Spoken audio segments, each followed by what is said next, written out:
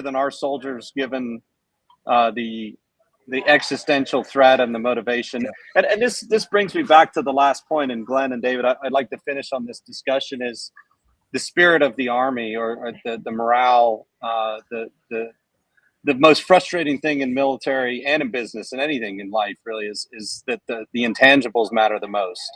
Yeah. And in business, I always like to say that the story and marketing is the most important thing, and you can't measure it. The spirit of the Army, the culture of a company is everything. And it's maddeningly hard to measure it or build it, because that's actually the hardest thing to build in any organization, is that culture, that trust, that commitment to a common cause. And it just seems that it's not getting better for Russia, although there certainly is a galvanization of Russian society.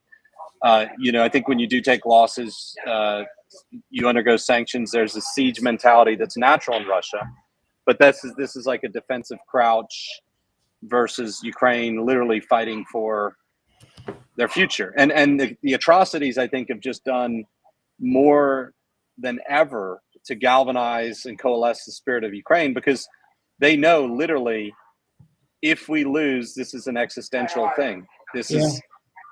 President Biden called it genocide this week, and he got in a little bit of trouble with his quote unquote advisors, but morally everyone understands that he's right, and he was actually ahead of his time because he called it before Bucha in Poland. Unofficially, he's saying what needs to be said. Official policy, of course, can't be that Putin needs to go, because if that's a war aim, then this is a much larger war. But the spirit seems to be really, I think, what's going to carry the day. And this is going to be interesting coming into the next 4.5 weeks, going to 9 May. Mm-hmm. So, Dave, I'll let you. Yeah. What I think is interesting there too, like what I already mentioned the commanders of Azov and the Marine Brigade, and their soldiers have to believe in those commanders are going to do everything in their power to take care of them, and that goes a long way.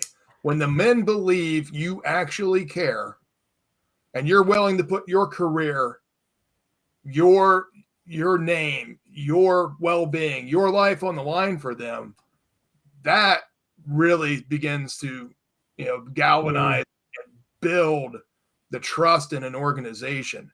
That's something I always strive to do in any leadership position, right? And we've all had those bosses, those commanders we work for in the Army, where you're like, I am not going to die for this dude. Or there's another guy, I will follow this guy through the gates of hell. Right? You've had both. Yeah. And I believe right now there are more of the commanders that you would follow through the gates of hell leading in Ukraine. Oh yeah. Yeah. There are more of those guys than the other.